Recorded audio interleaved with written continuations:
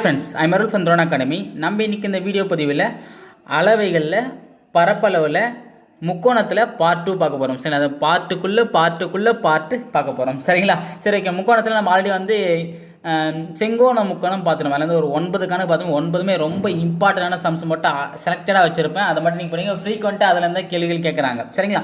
நம்ம இன்றைக்கி பார்க்கக்கூடிய டாபிக் வந்து சமபக்க முக்கோணம். அதுதான் நம்ம இன்றைக்கி பார்க்க போகிறோம். ஸோ ரொம்ப இம்பார்ட்டண்டான இதுவும் வந்து பார்த்தீங்கன்னா ரொம்ப அதிகமாக கேட்கக்கூடிய கணக்கு தான். சரிங்களா? ஸோ அதே மாதிரி வந்து இதில் வந்து ஒரு 6 கணக்கு இருக்குது. 2 ஹோம்வொர்க் சம் கொடுத்துருக்கேன். அதை வந்து நீங்கள் போட்டுட்டு கமெண்ட்டில் வந்து மார்க் பண்ணுங்கள். அதேமாதிரி இந்த வீடியோ பார்த்துட்டு முழுசாக பார்த்துட்டு பிடிச்சிருந்தா லைக் பண்ணுங்கள். அதேமாதிரி நம்ம அகாடமியோட டெலிகிராம் குரூப் வந்து கீழே கொடுத்துருக்கேன். சரி, அதில் நம்ம டெய்லியும் வந்து கொஸ்டின்ஸ் கேட்டுட்ருக்கோம். ஒரு 5 to 6 கேள்வி கேட்கணும். எல்லாருமே அட்டன் பண்ணிருக்காங்க. உங்களுக்கு விருப்பம் இருந்தால் மட்டும் அந்த டெலிகிராம் குரூப் ஜாயின் பண்ணிங்க. ஓகே, இப்போ நம்ம வந்து கணக்கு பார்க்க ஆரம்பிச்சிடும். ஃபஸ்ட்டு சமபக்க முக்கோணம். நான் ஆல்ரெடி சொல்லியிருந்தேன், முக்கோணத்தில் மொத்தம் 4 வகை இருக்குது.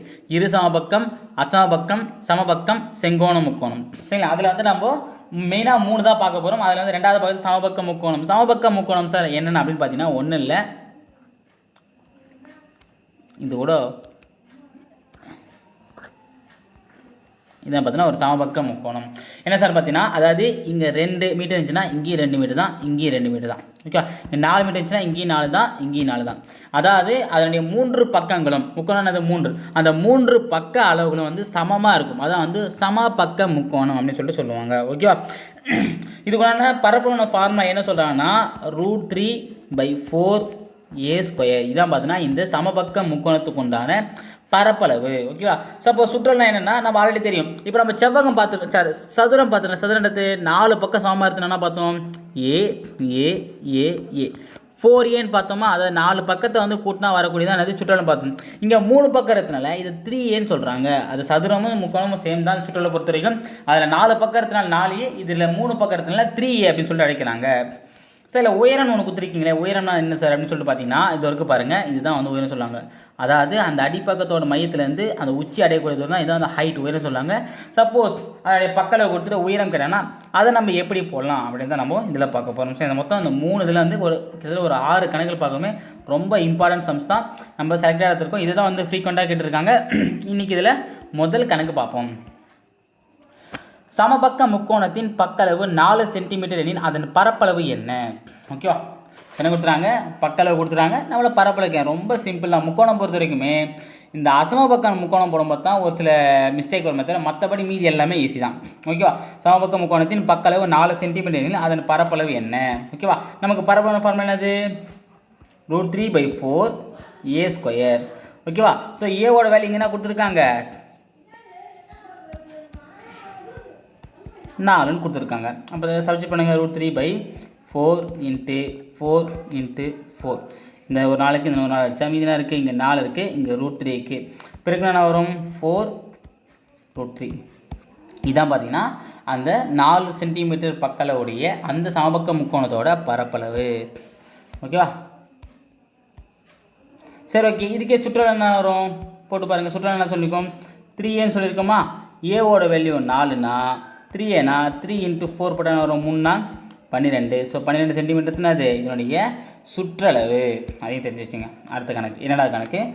ஒரு சமபக்க முக்கோணத்தின் சுற்றளவு 129 சென்டிமீட்டர் எனில் அதன் பக்களவு மற்றும் பரப்பளவை காண்க. ஒரு சமபக்க முக்கோணத்தோட சுற்றளவு 129 சென்டிமீட்டர்னா அதனுடைய பக்களவு. இதில் வந்து உங்களுக்கு ஹோம்வொர்க் சம் இருக்குது. நான் ஃபஸ்ட் வந்து பார்த்தீங்கன்னா சமபக்கம் சுற்றளவு. ஸோ சுற்றளவு என்னது? சுற்றளவு ஃபார்முலா சொல்லியிருக்கோம் 3a. ஸோ 3என்றதுனா சொல்லியிருக்காங்க 129 சென்டிமீட்டர்னு சொல்லிட்டாங்க. அப்போ நம்ம இதுலேருந்து ஃபஸ்ட்டு ஏவை கண்டுபிடிக்கணும். ஓகே, பக்களவு. பக்கம் ஏன்னு வரும்? ஏ = 129/3. படிச்சுனா வரும் 4 × 3 = 12, 3 × 9 43. ஸோ அப்போது அந்த சமபக்க முக்கோணத்தோட ஒரு பக்கம் எவ்வளோ? 43 சென்டிமீட்டர். அப்போது நமக்கு என்ன தேவை? அதனுடைய பரப்பளவு. ஸோ பரப்பளவு ஃபார்முலா என்னது?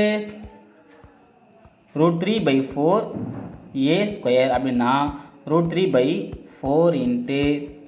43 × 43. 2 43 a² இருக்குல்ல, இதை வந்து நீங்கள் அடித்து பெருக்கி என்ன ஆன்சர்னு சொல்லுங்கள். ஓகேவா? உங்கள் மைண்ட் வாய்ஸ் எனக்கு புரியுது. என்ன சார் ஈஸியாக 2 4ன்ற கணக்கெலாம் நீங்கள் போட்டீங்க, கஷ்டமான கணக்கெலாம் எனக்கு கொடுத்துறீங்கன்னு. ஸோ இதுக்கப்புறம் நான் கஷ்டப்பட்டு தான் பத்தில் நீங்கள் கஷ்டப்பட்டால் வாழ்க்கையில் நல்லா இருக்கலாம். ஸோ பட வேண்டிய கஷ்டம்லாம் இப்போயே போட்டுருங்க. அதோட சேர்த்து இந்த ஒரு கஷ்டத்தையும் பட்டுருங்க. சரிங்களா? ஸோ இதை பார்த்துட்டு ஆன்சர் புள்ளியில் தான் வரும், கண்டிப்பாக தெரியும். ஓகே, 2 4 1 2 மீதி போட்டு 5 வரும். அப்போ 21.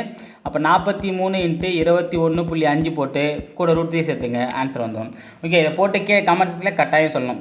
ஓகேவா? அடுத்தது 3வது கணக்கு. 10 சென்டிமீட்டர் பக்களவு உள்ள ஒரு சமபக்க முக்கோணத்தின் சுற்றளவு என்ன? ஓகே, நமக்கு இது தெரிஞ்ச கணக்கு தான். என்ன கொடுத்தா ரொம்ப சிம்பிளாக போட வேண்டியது தான். சரிங்களா? 10 சென்டிமீட்டர் பக்களவு. அப்போ ஏன்றது 10 சென்டிமீட்டர் அளவில் ஒரு சமபக்க முக்கோணத்தோட சுற்றளவு என்னது? 3a சொல்லியிருந்தோம். அப்போது 3 × 10 30.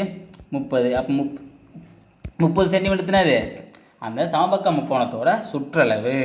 அப்போ இது பரப்பளவு என்ன வரும்? √3/4 a². அப்போ √3/4 × 10 × 10.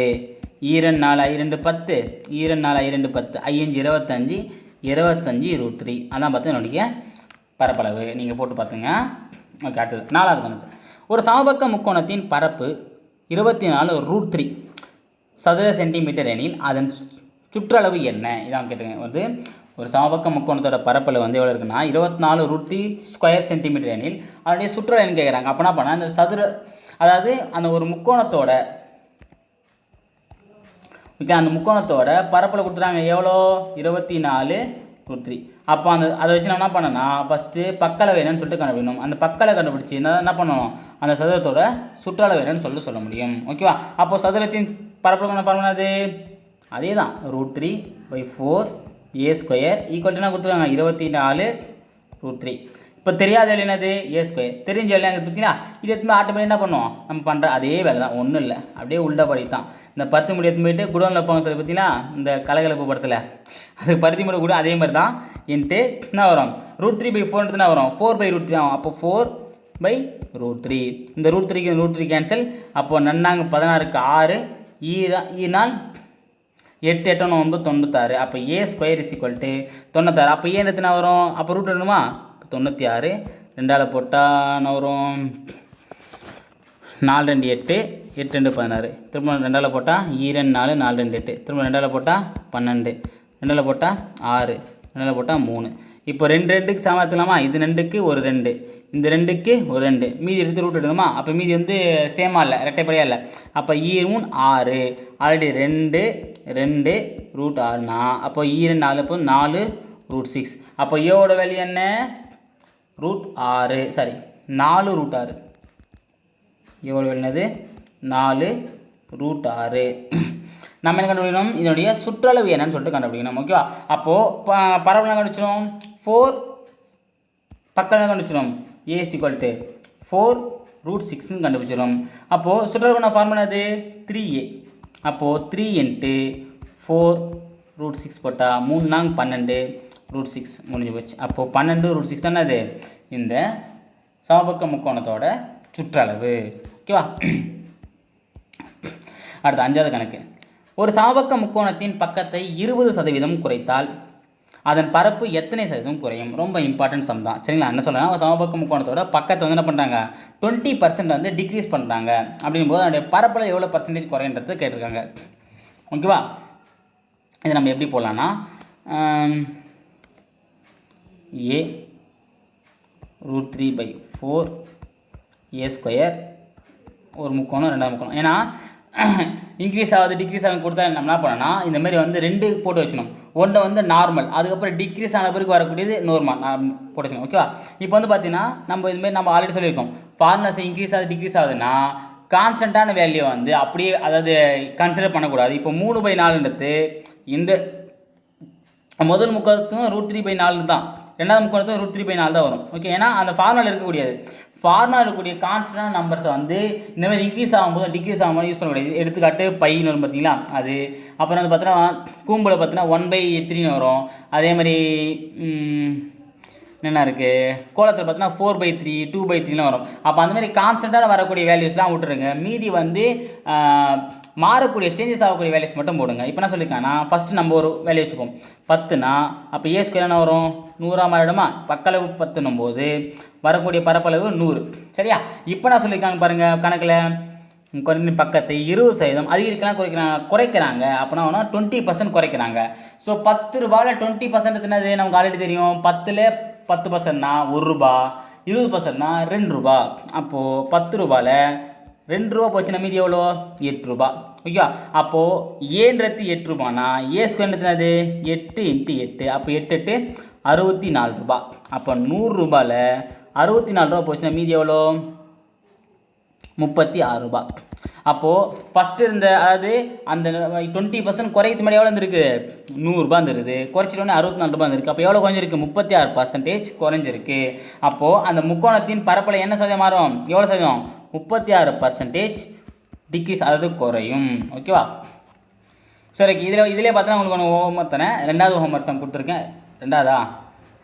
இது 3வது ஹோம்ஒர்க்னு நினைக்கிறேன். சரி, என்ன ஹோம்ஒர்க்னு பார்த்தீங்கன்னா, அதாவது 20% குறையுதாங்களா? சரி, ஓகே. இது அதே கொஸ்டின் தான். ஒரு சமபக்க முக்கோணத்தின் பக்கத்தை 20% இங்கே அதிகரித்தால், அதை மட்டும் மாற்றிங்க. ஓகே, அதிகரித்தால் அதன் பரப்பை எத்தனை சதவீதம் அதிகரிக்கும்? ஓகேவா? இது ஒரு சமபக்க முக்கோணத்தின் பக்கத்தை 20% தான். அதே தான். நான் இது மாற்றல. அதிகரிக்கிறாங்கன்னா அதனுடைய பரப்பளை என்ன மாற்றம்? இது வந்து நீங்கள் கமெண்ட் செக்ஷனில் போடுங்க. அடுத்தது 6வது கேள்வி. ஒரு சமபக்க முக்கோணத்தின் பக்கத்தை 25% குறைத்தால் அதன் பரப்பு எத்தனை சதவீதம் குறைக்கும்? ஓகேவா? இது அந்த கணக்கான இதை நீங்கள் போட்டுங்க. ஓகேவா? இது வந்து அதே சேம் தான். சரியா? இதை நீங்கள் போட்டு ஆன்சர் சொல்லுங்கள். அந்த 20% தேவையில்லை. அதையும் போடுங்க, இதையும் சேர்த்து போடுங்க. ஏன்னா இது உங்களுக்காக எடுத்து ஸ்பெஷலான ஹோம்ஒர்க் தான். நான் அதிலே கொடுத்துட்டேன். பரவாயில்ல, நீங்கள் ஹோம்ஒர்க் எவ்வளோ அந்த அதிகமாக போடுறீங்களோ அந்தளவுக்கு வந்து உங்களுக்கு தான் ப்ராக்டிஸ் ஆகும். சரிங்களா? எனக்கு கொஞ்சம் வாய் வலி குறையும். சரிக்கா, அடுத்தது 7வது கணக்கு. சமபக்க முக்கோணத்தின் பக்கம் 8 சென்டிமீட்டர் எனில் அதன் உயரம் என்ன? ஓகே, அது ஒரு சமபக்க முக்கோணத்தோட பக்கம் வந்து 8 சென்டிமீட்டர்னா அதனுடைய உயரம். நம்ம ஆல்ரெடி பார்த்தோன்னா உயரத்துக்குன்னு ஒரு ஃபார்முலா பார்த்துக்கணும். ஓகே, உயரத்துக்கும் அதுக்கும் வந்து எந்த சேஞ்சஸ் இல்லை, ஒரே சேஞ்சஸ் தான். இப்போ பரப்பளவு √3/4 a². ஓகேவா? அதே மாதிரி உயரத்துக்கு என்ன ஃபார்முலா? √3/2 a². அது வெறும் a. இங்கே அந்த 2 இங்கே 2 அடிச்சா நான் 2. அப்போ உயரத்தில் 2 வேல்யூ அடிச்சிட்டாங்கன்னா போட்டுறாங்க. அப்போ இந்த 2க்கு இந்த 2 அடிச்சா மீதி 2 வருது. அப்போ √3/4. ஓகேவா? எப்படின்னா இது வந்து ஒரு சமபக்க முக்கோணமா, இது 2ஆக பிரிச்சா தானே உயரம் வருது. அப்போ இதில் பாதி தானே, ஒரு பாதி தான் நம்ம பார்க்க போகிறோம், ஒரு பாதி பார்க்க போகிறது இல்லை. அப்போ நம்ம 2 அடித்தா √3/2 a. அதனால தான் இப்படி வருது. சரிங்களா? அப்போ இதான் பார்த்தா உயரத்துக்குள்ள ஃபார்முலா என்னது? √3/2 a. ஓகே, நமக்கு பக்கத்தில் கொடுத்துறாங்க எவ்வளோ? 8ன்னு சொல்லிட்டு கொடுத்துறாங்க. அப்போ என்ன பண்ணலாம்? அப்படியே சப்ஸ்டிட் பண்ணுங்கள். √3/2 × a. 2 2 4 2 8. அப்போ 4√3. இதான் பார்த்தீங்கன்னா அந்த சமபக்க முக்கோணத்தோட உயரம். ஓகேவா? இதை நீங்கள் பார்த்தீங்கன்னா என்ன பண்ணலாம்? சப்போஸ் வந்து பரப்பளவு கிட்ட என்ன பண்ணலாம்? அதே தான் √3/4 8 × 8. ஏன்னா a² 8 வருமா? 4 4 4 4 8 8 16 16 √3. இந்த சமபக்கம் 8 சென்டிமீட்டர் பக்கம் கொண்ட இதனுடைய பரப்பளவு. நீங்கள் தான் வந்து பார்த்தீங்கன்னா நீங்களே ஒரு சில கொஸ்டின் என்ன அளவில் பொறுத்த வரைக்கும் நிறைய கொஸ்டின் உருவாக்கலாம். நீங்களே எக்ஸ்ட்ராவாக போட்டு பார்த்தீங்கன்னா உங்களுக்கு ஈஸியாக ப்ராக்டிஸ் ஆகிடும். சரிங்களா? இதுக்குன்னு தனியாக ஒரு கொஸ்டின் போட தேவையில்ல. இருக்கிற கொஸ்டின்லேயே வந்து டிஃப்ரெண்ட்டான சப் கொஸ்டின் நீங்களே எடுத்துக்கணும். சரிங்களா? ஓகே, இப்போ அடுத்த கணக்கு பார்த்தீங்கன்னா உங்களுக்கு ஹோம்ஒர்க் சம் தான். ஓகேவா? 8வது கடைசி சம்மு. சமபக்க முக்கோணத்தின் பக்கம் 6 சென்டிமீட்டர் எனில் அதன் உயரம் என்ன? அதுதான் ஃபஸ்ட்டு √3/2 × 6 போட்டால் என்ன வரும்?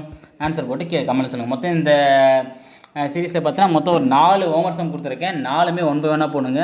ரொம்ப இம்பார்ட்டன்ட். முக்கோணங்களில் இவ்வளோ தான். சரிங்களா? இன்னும் வந்து அசமபக்க முக்கோணம் தான் பார்த்தீங்கன்னா கொஞ்சம் வந்து டிஃபிகல்ட்டாக இருக்காமல் இருக்கும்.